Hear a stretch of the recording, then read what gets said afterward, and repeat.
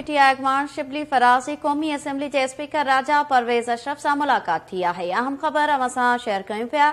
शिबली फराज़ speaker के इस्तीफ़ाउनि बाबति party जे फ़ैसिले खां आगाह कयो आहे। ज़रियनि जो अहिड़ो चवणु आहे।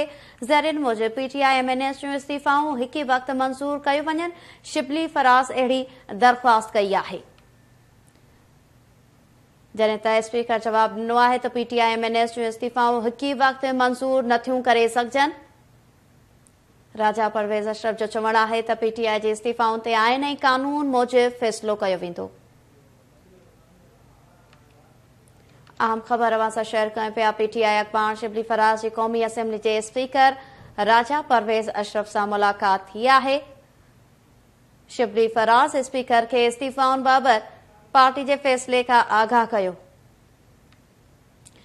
ज़रियनि मूजिबि पीटीआई एमएनएस जूं इस्तीफ़ाऊं हिक ई वक़्तु मंज़ूर कयूं वञनि। शिबली फराज़ अहिड़ी दरख़्वास्त कई आहे। जॾहिं त स्पीकर जवाब ॾिनो आहे त पीटीआई एमएनएस जूं इस्तीफ़ाऊं हिक ई वक़्तु मंज़ूर नथियूं करे सघजनि।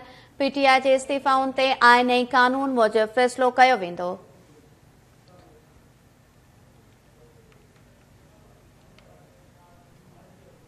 पीटीआई अॻवान शिबली फराज़ जी क़ौमी असेंबली जे स्पीकर राजा परवेज़ अशरफ सां मुलाक़ात थी आहे।